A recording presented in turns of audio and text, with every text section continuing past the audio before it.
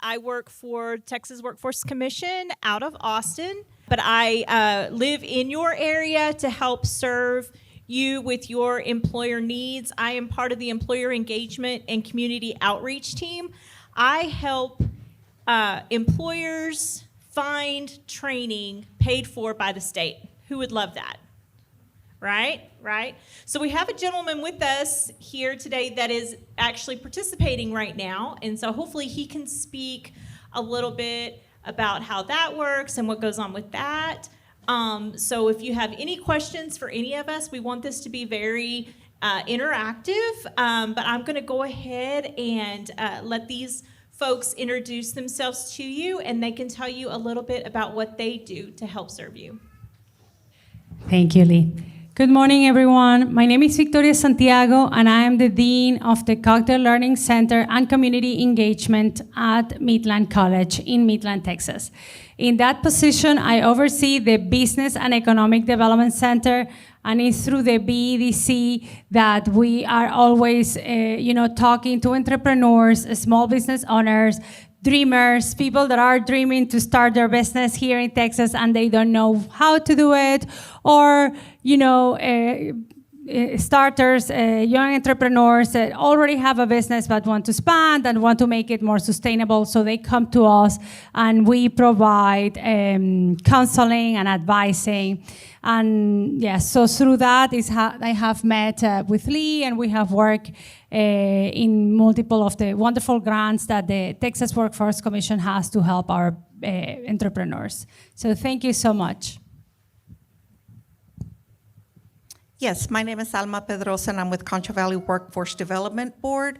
I'm the Business Development and Military Liaison. What I do, I serve you as the employer. Any questions, any needs that you have, you can come to me, and I will certainly help you with whatever your need is. I'm Brandon O'Neill. I'm with Long Industries, Inc., out of San Angelo, and we're the nation's leading provider of API storage tanks and vessels. And I've been working with these ladies for several years now. They've helped us many different ways, finding quality employees, and they're also helping us with the grant right now that's going to provide a welder trainer to tune in my welders and make them even better. So as you can see here, we've got some wealth of information for you, to help answer some questions that you guys might have. I'm going to go ahead and get us started.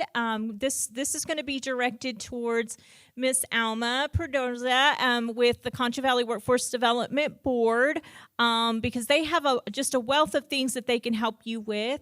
So Alma, for employers who are actively hiring, what specific services or forms of support does Workforce Solutions offer to assist with recruitment efforts? Yes, we offer job fairs, in-person, virtual job fairs. For example, if you don't want to go all the way to San Angelo or have San Angelo come to you, you can always have a virtual job fair. Or if you prefer to have it at your location, Big Lake is part of our counties, so we can come to you and have a job fair at your location. So however you want to have it, we can help you with that. We also help you with posting the jobs that you have. We have the Work in Texas, and that's where we post your job. And what we do is we match, for example, if you're looking for welders, we'll go in and match your welder's job with people that are looking for work that are welders. We can also screen your resumes for you. That way you don't spend time on looking over the resumes. Do they qualify? Do they not qualify? So before we even send the resumes to you, we will screen them for you. We can do that. Now, we also offer assessments. What is that? Well, the employer says, I really need someone that can, let's just say, type 100 words a minute. And you want to make sure that that person that you're hiring has that ability, then we can do an assessment and tell you, okay, this person is ready, or no, this person will not qualify. They can only type 40 words a minute. So that's what we have to offer to our employers. Thank you, Alma. Now, is there a cost for any of those services? Everything that we're going to talk to y'all about today is absolutely free to the employer. So we want you to take advantage of that because we work for you. We want to help you. We have all this information for you, and we want you to come to us and use us because we're here for you. Absolutely free. And I'm sure Brandon has probably participated in some of those services. Do you mind sharing some of that information? No, absolutely. I all of the job fairs I try to attend. I've gotten several really capable employees and the girls they'll send me some that, hey, this guy's he's built tanks before, he's built vessels, or he's got blueprint skills. So it's a big help to have them screen the applications and employees for me. Thank you both so much. Now I have a question for Miss Victoria from Midland College. With so much competition for workers in your area, what creative or low-cost strategies have you seen that have helped small businesses use? What do they use to attract talent? Yes, so, well, in Midland, for small businesses, it's very difficult to compete with the big oil and gas companies, right? And it's the biggest sector, and they have all the money, right? So small businesses obviously have a tight budget for salaries and benefits. So that's why they have to get their message or focus in developing or promoting themselves in other areas, like, for example, flexibility and a sense of belonging. When you work for a small business, that company, that person can, or boss can, adjust more to the work hours that the employees may have. Maybe you can focus on or target students, right, like Midland College students, or maybe you can target parents that want to work part-time. For example, and I can talk from my own experience, when I started working at the college, I wanted to work only during the times that my children were at school, and I'm an expat, so my boss, obviously, I think he always said that he hit the jackpot because I'm an economist, right? And I have 2 masters, and I was working just a couple of hours for a very low salary, but that gave me the ability to be at home when I wanted, and that gave Midland College the ability to use my knowledge, right? So it was like a benefit. Also, veterans, hiring veterans or hiring seniors. We at the college, at the BDC, we had this gentleman. He was a retiree, and he just came to work half day, but he had, again, all this wealth of knowledge for decades of experience as a business owner, and he just was doing it, like to not be bored at home.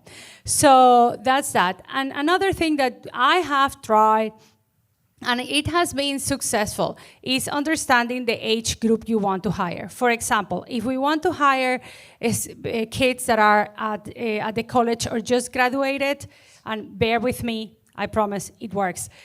Make a video on Instagram and post it. I have this lady that she has like 100,000 followers, and she comes and she records a video and like, hey, we're looking for this, and the success has been amazing. We have all these kids applying for the job because they saw the video on Instagram, right? So that works. Another thing is using LinkedIn. If you want to hire somebody more on the professional or with some technical skills, you can go in LinkedIn. It's free. You can create your own profile and start looking for people in your area. LinkedIn is very friendly that have the skills that you might look. But those 2 are free, Instagram and LinkedIn, and they do work. Thank you so much, Victoria. This next question is just for the panel in general. So what types of businesses do you hear of that struggle with needs in the community? What advice would you have to help your fellow small businesses in the area, to help them retain, invest in their people? What type of advice would you have for them as they're struggling to retain employees? For us at Long Industries, the girls work on analysis for wage analysis, stuff like that. You have to be competitive, especially for welders. So there's a lot of welding jobs out there. So they do, with the wage analysis and stuff, it keeps us in line with where we need to be, and that's a huge plus for us. That's what I was going to say. If you're an employer and, your people are leaving, and what I can do for you is, and we do it for Brandon all the time, wage analysis to make sure that you're paying competitive wages, right? We can also compare to other cities if you want. I can do a wage analysis and compare with Abilene, with any city that you think your people are leaving to. We can provide customized labor market information reports. We can do that too. Now, I do want to say, before I forget, that I do have some cards sitting in the back, so if you have any more questions after that, please grab one of my cards and I'll be more than happy to help you, because I know it's short. It's a short session right here.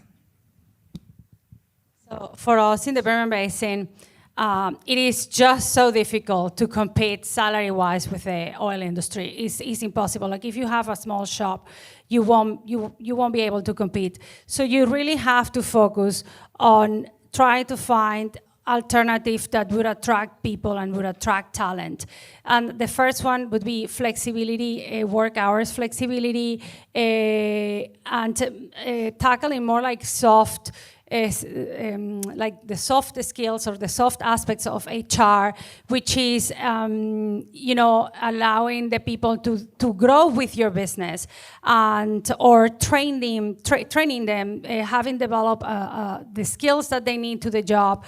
We are seeing a lot in Midland that these big companies are not hiring, the small companies are not hiring the people that already have the skills or license they needed, but they hire the people that they see have that in them that will help them gain the skills and knowledge that they need for the job, and then they develop with them, right? They train them, they send them to training, they use the skills for a small business grant to send them to Midland College in Midland or Odessa College to develop those skills and get those licenses that those businesses need from those employees. And that develops a sense of loyalty for the employee, because, I want to stay with this company, right? Like that gave me the opportunity, that invested in me, that treats me as family, right? So I'm not saying that they're never going to leave, but people do view and value that. If you invest in me and you show me that I matter to you, then I am more incentivized to stay and be part and help you succeed in your business. Absolutely. Thank you all. That is so true. Part of what I do with the Texas Workforce Commission, as first mentioned, is I help with training grants, and I work with the local college and with the Workforce Development Board and with the employer. So we all come in together, we work together to come up with a plan that's gonna be customized for you and what you need. In Brandon's case, he needs welders, and he needs welders that know how to weld a certain way. And so we work together to find that training, so that the college actually comes up with a specialized course that's going to help train those individuals. And then the state is going to help pay for that. And the way we're gonna pay for that is we're gonna use your UI taxes that you're already paying in. So you've already paid in. So this is money that belongs to you. So we want you to take advantage of that. It probably sounds a little daunting, just like, oh my goodness, paperwork and things like that. Well, that's what you have me for.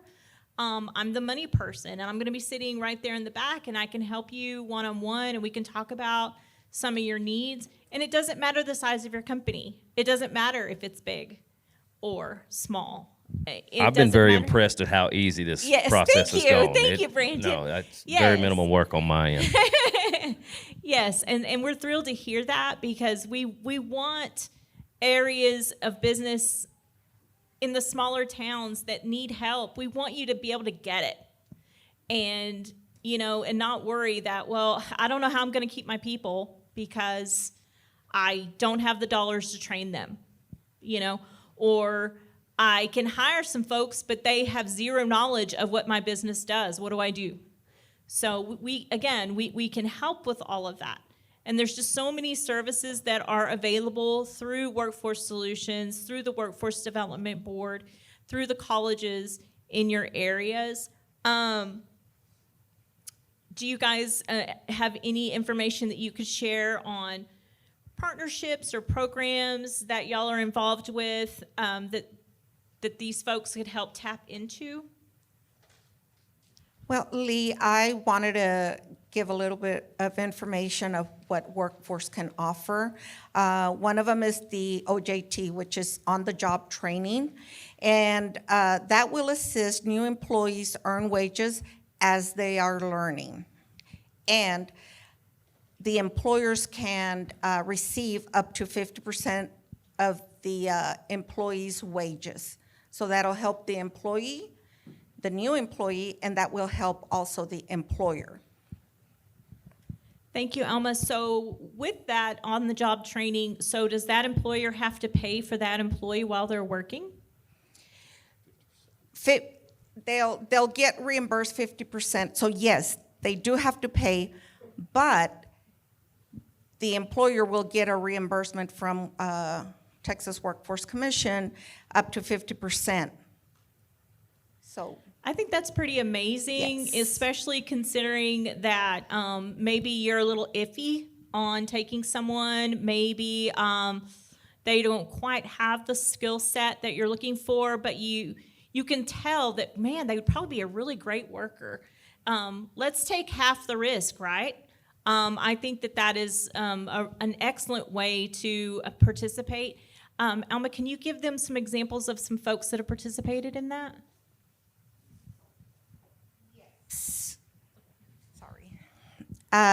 Yes, so we have a lot of customers that have participated in that. Now, most of the time, they stay with that employer because of the fact that they're new, and the employer is teaching them, hey, this is the way I want you to do it, right? So they have that training from the employer. A lot of people come in, let's say welders, they come in and they want to do it their way, right? Because that's what they know, that's how they know how to do it.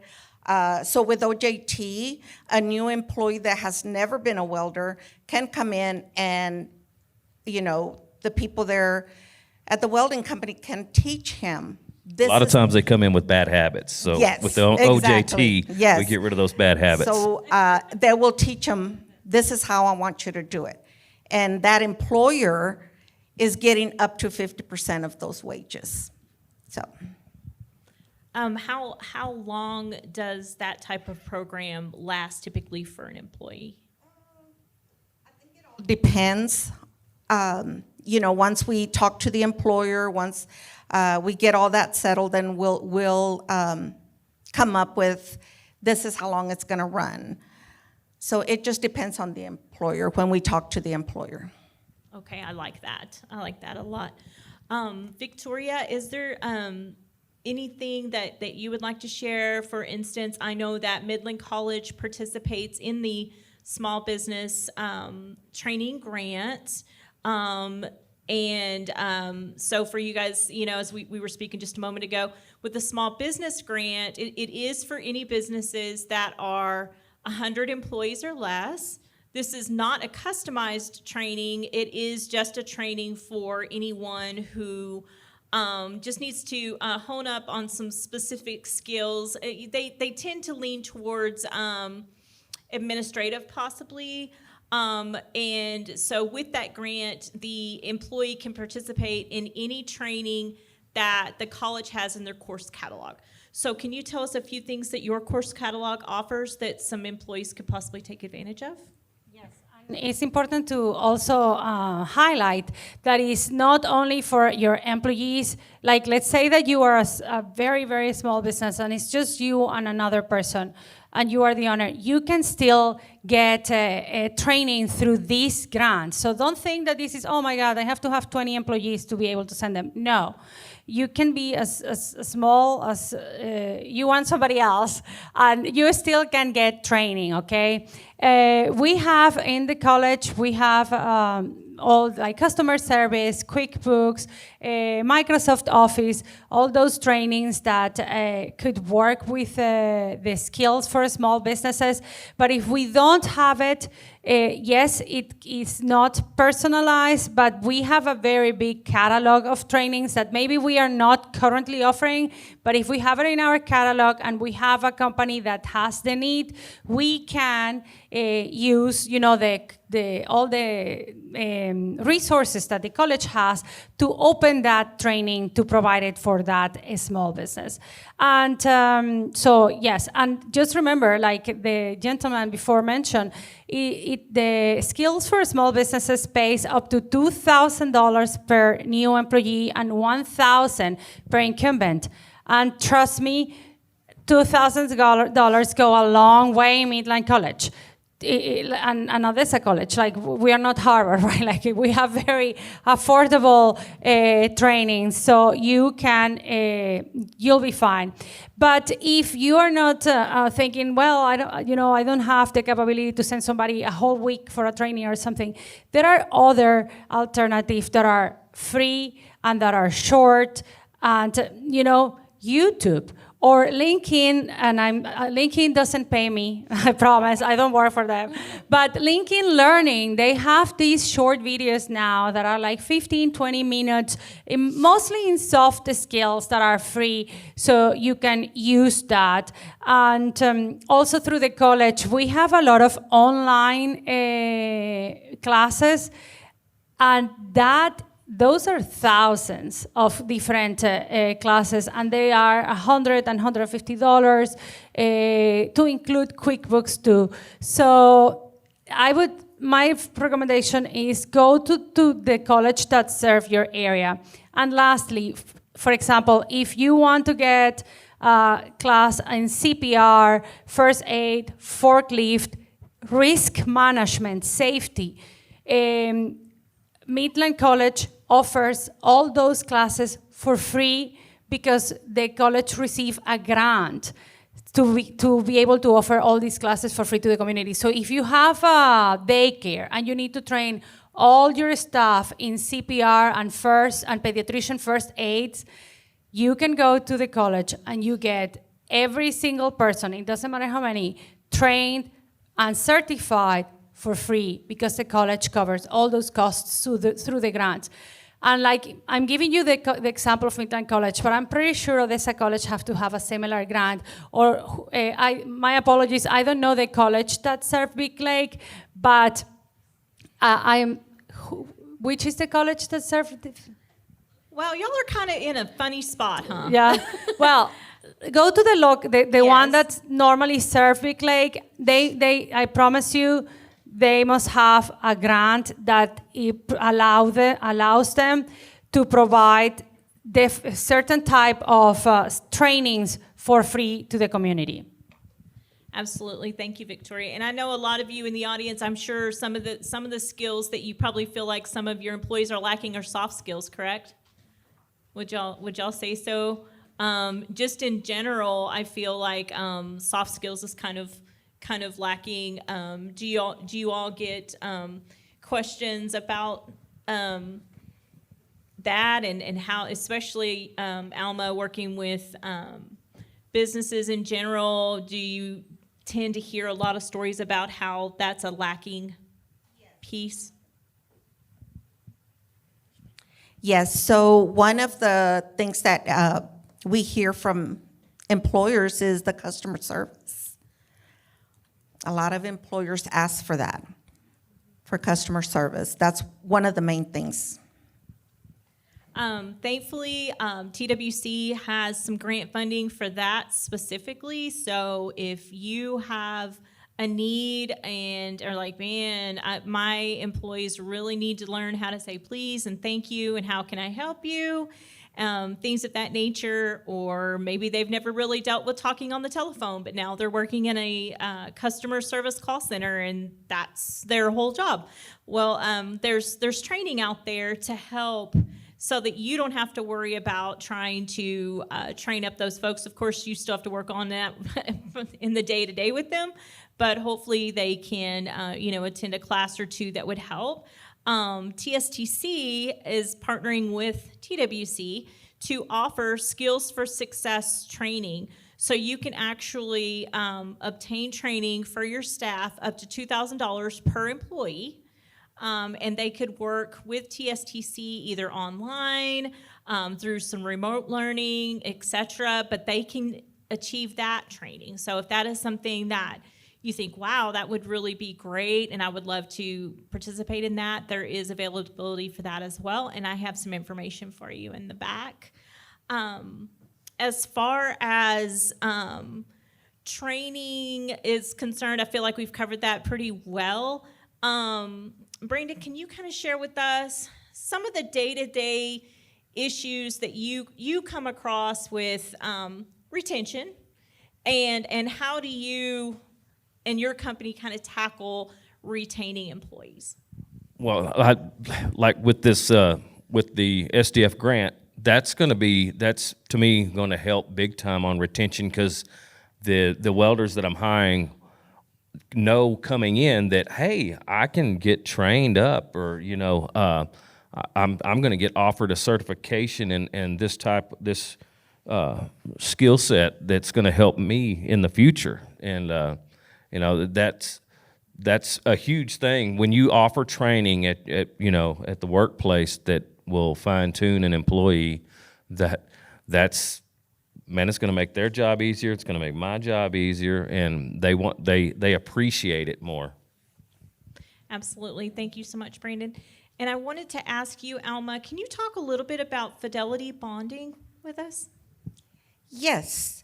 So that is for people with a past.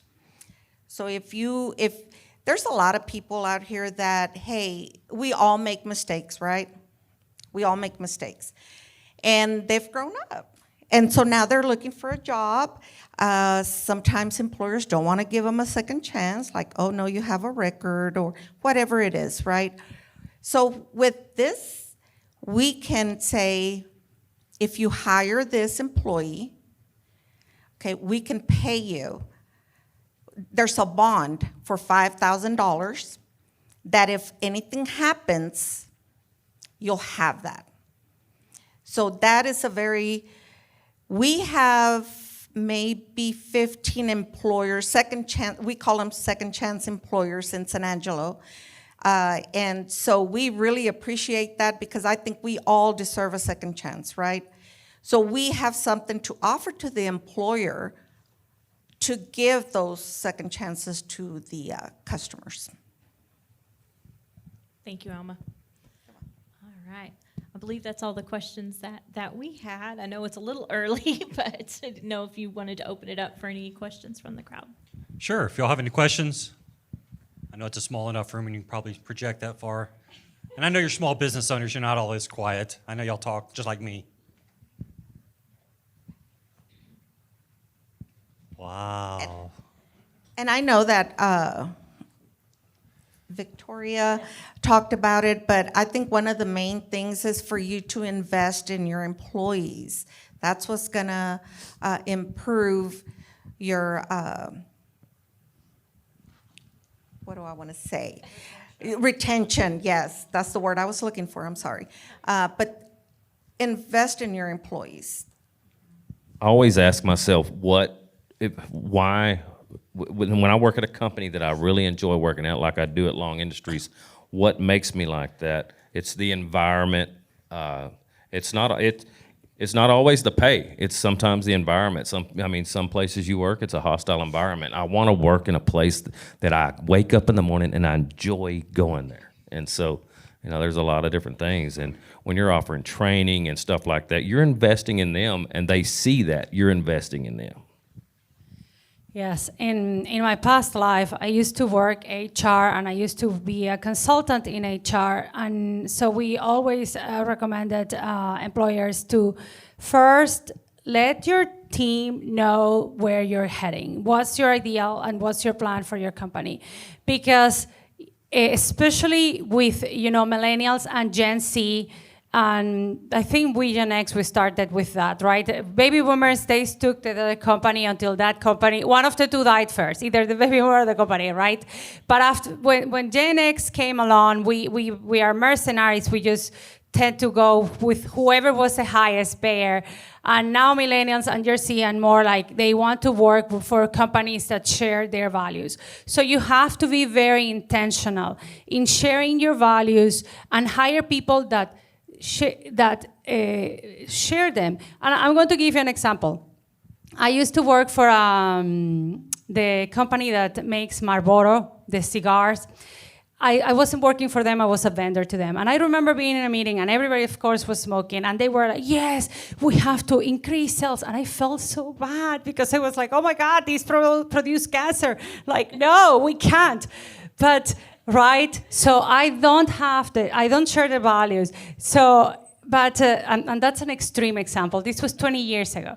But my point now is you need to hire people that really want to be in your business, that share your north. And you have to be very intentional on letting your team know where you're heading, because we see that with the small entrepreneurs. We get so caught up in just surviving, right? Just making to the end of the month to pay rent, to pay them the loan, whatever it is, that we don't talk to our staff. That's one thing. The other thing that I always notice is employers, when you quit, they are very keen to make an exit interview. I recommend you make stay interviews. Sit with your team, again, your one or two employees, once or twice per month, and ask them, why are you staying? And not because, like, why haven't you left? No. What am I doing that wants you to work with me, that wants you to stay? And they're going to tell you. And then ask, what can I improve? And be humble, because sometimes it's like, well, and we don't want to hear it. But with this, two things. Listen and try to identify from what your employee is telling you, what you can improve or what advice you can put in practice immediately, number one. And number two, never, ever, ever overpromise. Never say, yes, we're going to fix that, and without you having clarity that you'll be able to fix it. Because what is going to happen is you're going to create an expectation that then you're going to break, and then you're going to have an employee that is upset. When at the beginning you didn't even have that problem, right? So never overpromise. Always keep, I hear you. I hear what you're saying, but I cannot do that right now. I don't have the financial resources, or that's not where I'm heading, or that's a 2026 us. That is not a 2025 us. But whatever it is that you maybe can fix right now, then do it, because then you know what you did? Your employee is going to, oh, she listens to me. Or he heard my idea, and he is taking my idea into consideration, so they're going to feel, that they add value to your business. No, thank you, Victoria. I'm sure all of you would agree that it's hard sometimes to hear that feedback from your employees, and sometimes you're so overwhelmed and exhausted, I'm sure, because you're right there in the trenches with them, correct? Most of the time. And so I have no doubt that you're supporting your people, but I agree with what Victoria was saying. That's very, very true. Do we have any questions about anything we've spoken about today? Oh, there's one in the back. Yay. Hi, ladies. So for Victoria and Alma, I know that a lot of the government programs are meant to help the small businesses and incentivize, but the one thing that I have noticed with small businesses trying to use these programs is how easy is it to do it? What's required and how long does it take for it to work? You know, I know you said that if you have a small business, even if it's 1 or less than 100, that they can go and get the CPR classes. Well, what's required of that business to go in? Do they have to be a LLC? Do they have to be a young business? Do they have to prove that they are a business? Do they have to be from that city? As far as qualifying for some of the grant funding, you do need to be a business. It's not something that, we're not going to make you provide all your corporate papers and things like that. But if you have a TWC account number, we are going to vet to make sure that you're paying your UI taxes appropriately and that you're in good standing with the state. But outside of that, there's not really a lot of paperwork. It's basically an application that you're going to click on. It's a DocuSign. You're going to fill out some information. It's going to come to TWC. TWC almost right away is going to connect with you, the employer, and the college that's in your area, and you're going to start working on a training plan. So for that small business grant that we were talking about, it's possible for you to start getting some training within 3 weeks. Yes, and if you're taking a training that is already in the catalog, and let's say that, I don't know, we have Petroleum Professional Development Center is one of the programs that we have, right? And one of the trainings is oil field terminology. So those are already scheduled, so happens like every quarter, and we already have the dates. So you just register for those type of trainings.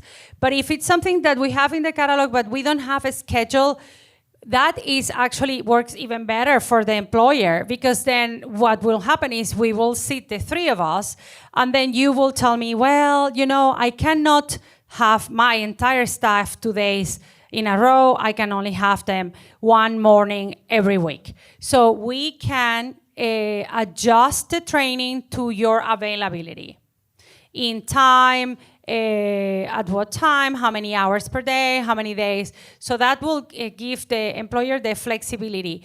And the college, depending on the training, we can adjust also the amount of people. We can do launch a training with as little as 5, 3 or 4 or 5 people taking that training. Okay, so that will depend again what type of training.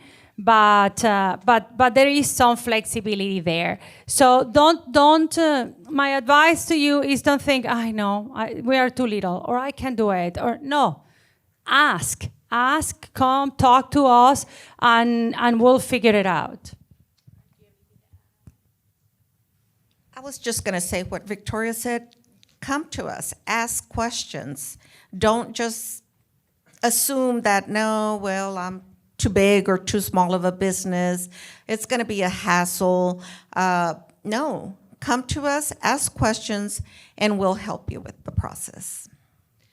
Absolutely, and I think that Brandon can kind of speak to this, where we will work with the college to find someone to train your staff that knows how to do what you want them to do.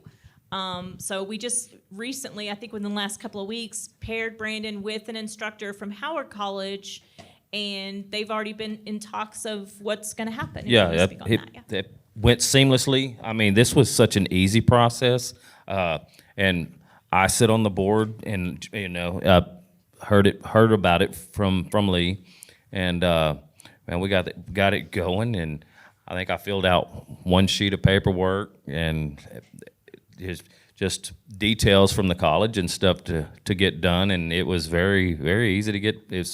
I'm very impressed. Thank you, Brandon. What kind of programs do y'all have for internships for the young students coming out, where they can take a look at industries and stuff and see if that's something that interests them? Brandon, do y'all have anything at the plant? Well, we work with the TWC on that.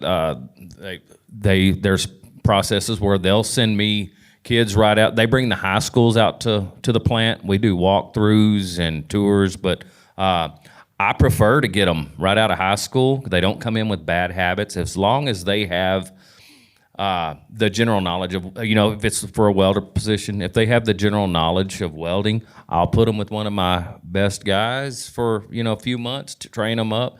Because when you get them from, right out of school, they don't come in with some of the bad habits coming from other companies. Oh, we did it like this over there. No, we're going to do it like this here. So, I love having these young guys come in. I hire a lot of high school kids and college students. There are internship possibilities through TWC as far as, and also apprenticeship. So if you're someone who's interested in participating in apprenticeship and internships, I have some information in the back. It's not in my lane, so I know just enough to be dangerous.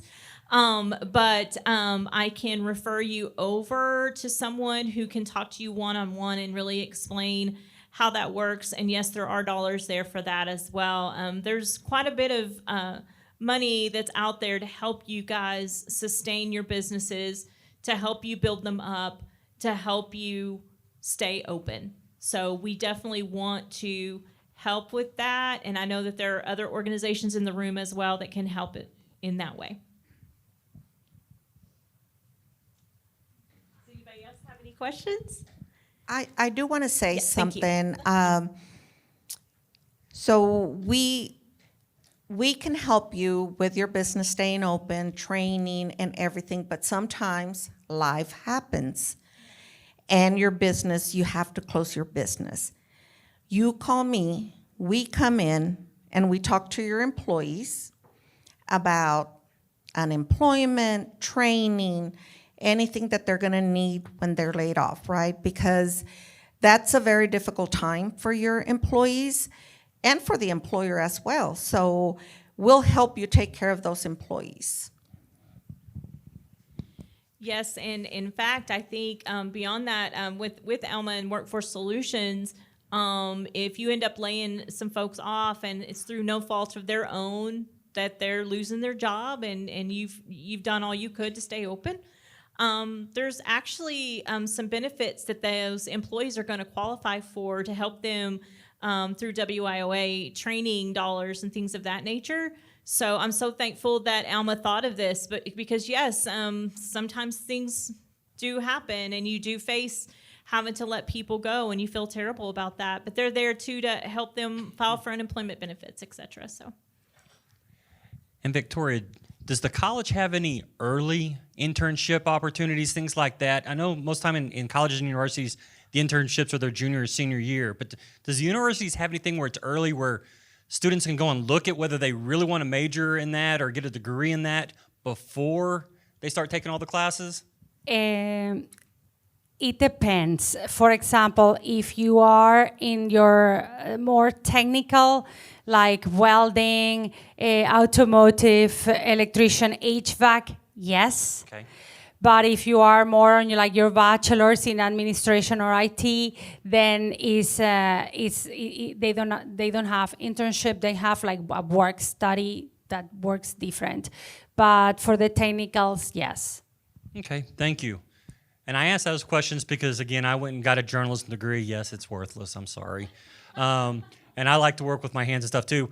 In today's age, I'd love to talk to the students because I would actually have taken the technical route. My dad worked on cars. I like to work in in woodworking shops. They just don't know. And I can tell you, these technicians, these good technicians, make a heck of a lot more money in their lifetime than I will. And I think the students need to hear that. Any more questions? No? That's what we're here for. I am in the economic development for a rural town, and my thought is how do I know this can seem overwhelming. I'm thinking of all of the small businesses and large businesses in our rural community. How do I be the liaison and streamline that and get, because you're talking about a catalog and things like that, of like setting up like revolving information and and opportunities for these small businesses to, connect with that. Because I have been in small business as well before, and you put your hand to the plow and you just keep on, you do what you got to do to get it done. And so that was my question: is how do I get all of this information out to the large amount of businesses in my community? We can help in a multitude of ways, whether it's coming and speaking if you have an event, or we can come go with you and visit with a business one-on-one. We have, you can email us, call us, what have you, but more than anything, we're there. So if you need us to come, we're going to come out, and we're going to help you. And I know that Alma can speak a little bit more on that. But there are resources that can help, and we do realize that sometimes y'all are working yourselves. You're right there in the trenches. So we get that 100%. Yes, thank you, Leigh. That is part of my job. That is part of my title, right? Business development. So anytime that you need me to come and speak with other small businesses, we're more than welcome to do that. We can come to you, you can come to us, but I know y'all are busy, small businesses, so I'm always willing to come and help you. So just let me know. Again, I have a card. I can give you my email address. You can let me know, hey, I'm going to get some businesses together. If you can come and give us all this information, we'll be more than happy to do it. What has worked for me is, first, I had to learn what resources were available. Because again, Texas is a very generous state, and there are a lot of things out that entrepreneurs didn't know, and I didn't know when I started, right? So I had to learn, and I had to learn the key people, and also key for small businesses is access to funding. Because they have an idea, but they don't have, and they all think, I need to go to the bank, and the vast majority of the bank says no.